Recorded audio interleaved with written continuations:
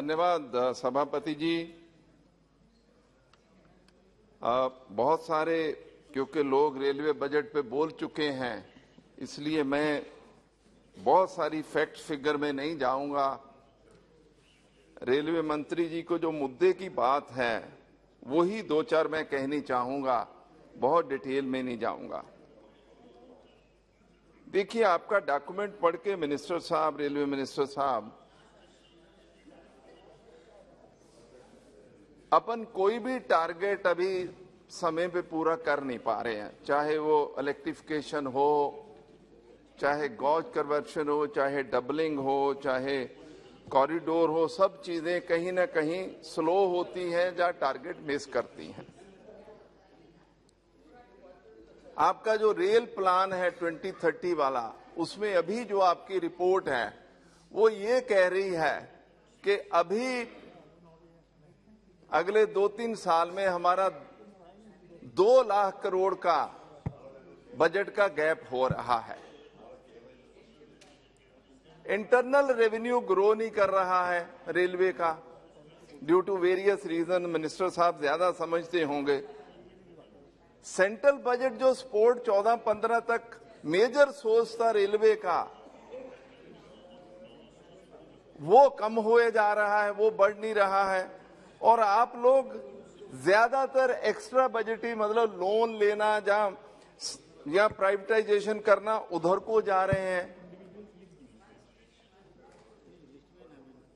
68% of total internal revenue is going towards pension and salary. अपना passenger और freight दोनों चीजें डाउन हो रही हैं पहले से, due to various reason. Covid एक हो सकता, पर कोविड के पहले साल में भी कम था। फ्रेट रेट्स आपके कंपिटिटिव नहीं है। रोड में मोर देन 60% फ्रेट हो गया है, आप 20-25%, 27% पे रह गए हैं। और 22-23 में आपका passenger traffic would be the lowest in volume in last 10-15 years। तो मैं कहना यह चाहता हूं कि आप, these are major issues and the honourable railway minister knows all these issues. ऐसा कुछ नहीं है कि मैं नई बात कह रहा हूं। अच्छा, उसके साथ आपने एक प्लान कर लिया कि नहीं 1.5 लाख करोड़ आपने प्राइवेटाइजेशन से या मोनेटाइजेशन ऑफ एसेट से लाना है। उसमें जो मैं समझ पाया हूं कि 90 पैसेंजर ट्रेन प्राइवेटाइज करोगे, 400 स्टेशन करोगे, बहुत सारी रेल लाइन प्राइवेटाइज करोगे। तो सर सभापति जी, रेलवे तो गरीब आदमी का, कॉमन मैन का जाने आने का साधन है। इसको क्या आप मंत्री जी आज बताना चाहोगे कि किसी चीज का भाव नहीं बढ़ेगा? पैसेंजर के गरीब आदमी चढ़ पाएगा कि नहीं चढ़ पाएगा? तो प्राइवेटाइजेशन में उतना ही बोलना चाहता हूं। बाकी मैं आपसे जरूर आपका रिप्लाई सुनूंगा कि आप प्राइवेटाइजेशन करें, लेकिन गरीब लोगों का जो साधन है ये आप महंगा नहीं करेंगे, इतना जरूर कहिए। और कई आप तो गोडाउन बेचे जा रहे हैं, रेलवे कॉलोनीज बेच रहे हैं, और कोंकण जो रेलवे बनी थी वो सारी 750 किलोमीटर वो बेच रहे हैं। आई मीन बहुत ही कम्प्रिहेंसिव प्लान आपने बनाया है ये प्राइवेटाइजेशन का। अफसोस भी होता है कि भाई ये कौन सा रास्ता आपने ले लिया, बट चलो, गवर्नमेंट जिसकी पावर होती है वो उसको। मैं मंत्री जी आपसे बेनती ये करना चाहता हूं, रिक्वेस्ट करना चाहता हूं सभापति साहब के माध्यम से कि साहब बहुत अच्छा होगा अगर आप अपने रिप्लाई में एक कम्प्रिहेंसिव रिवाइवल ऑफ रेलवेज का दीजिए, और गरीब लोगों की ये ट्रांसपोर्ट रहेगी, और बढ़िया प्लान बना के दीजिए कि फ्यूचर ये रहेगा इंडियन रेलवेज, प्राइवेटाइजेशन नहीं रहेगा। हम प्राइवेटाइजेशन बिल्कुल नहीं चाहते, पर अगर आपको करना है तो वो आश्वासन देना चाहिए कि फ्रेट और वो चीजें नहीं हो, ऑलरेडी फ्रेट रेट्स अपने कंपिटेटिव नहीं है, अपना लॉजिस्टिक जो चेन रेलवे की है वो वर्ल्ड स्टैंडर्ड की नहीं है, एवरीबॉडी नोज, इसलिए लोग रोड पे जाए जा रहे हैं। ये सारे इश्यूज मैं आपके माध्यम से सभापति जी, मंत्री जी के ध्यान में लाना चाहता हूं। दूसरा 2-3 इश्यूज हैं जिसमें मैं पार्लियामेंट में बार बार बोल चुका हूं, मेरी कंस्टिट्यूएंसी के इश्यूज हैं। देखिए, मैं बार बार कह चुका हूं 2-3 बार, और सभापति जी आप दोनों बार आप ही बैठे थे कि मैं फतेहगढ़ साहब का एमपी हूं। फतेहगढ़ साहब अमृतसर के बाद सेकंड इंपॉर्टेंट सिखों का प्लेस है, जहां हमारे 10th गुरु गुरु गोविंद सिंह जी के छोटे साहिबजादों को औरंगजेब के जमाने में जिंदा चिन्ह दिया गया था।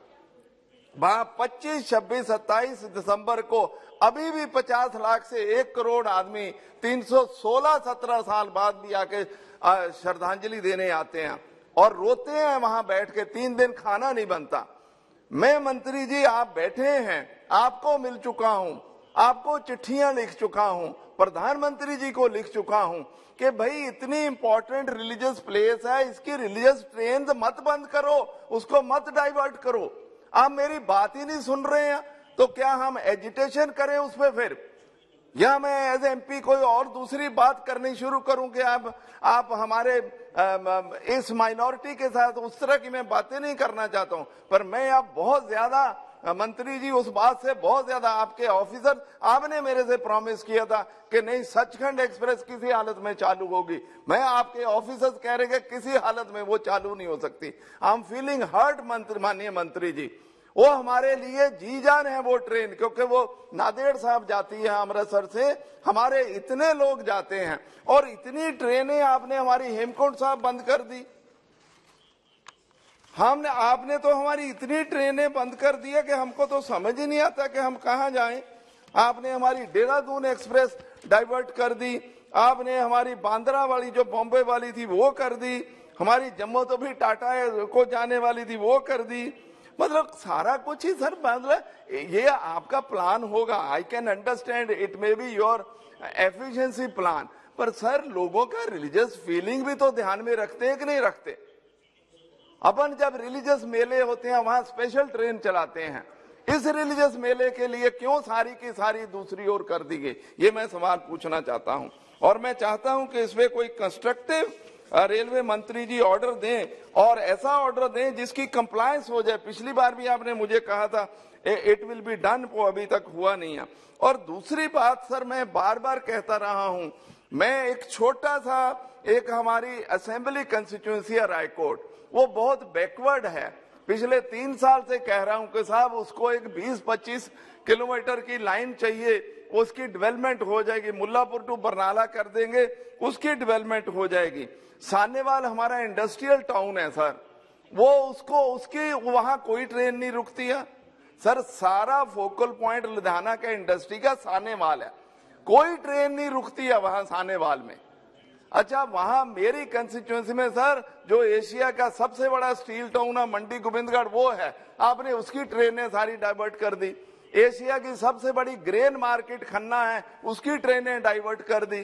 तो सर क्या मतलब, मैं क्या बोलूं, मेरे को तो अपनी बात की समझ नहीं आ रही है कि क्यों नहीं किसी एमपी की, अगर वो बात सीरियस कहता है, चिट्ठी लिख के देता है, बार बार मिलता है, उसका सोल्यूशन क्यों नहीं होता है? और मैं आज सभापति जी आपके माध्यम से उम्मीद करता हूं कि मेरा ये कंस्टिट्यूएंसी के इश्यूज और जो लार्जर इश्यूज मैंने रेज किए हैं उसमें माननीय मंत्री जी कोई पॉजिटिव जवाब देंगे और मेरी कंस्टिट्यूएंसी के इश्यूज का भी कोई सोल्यूशन करेंगे।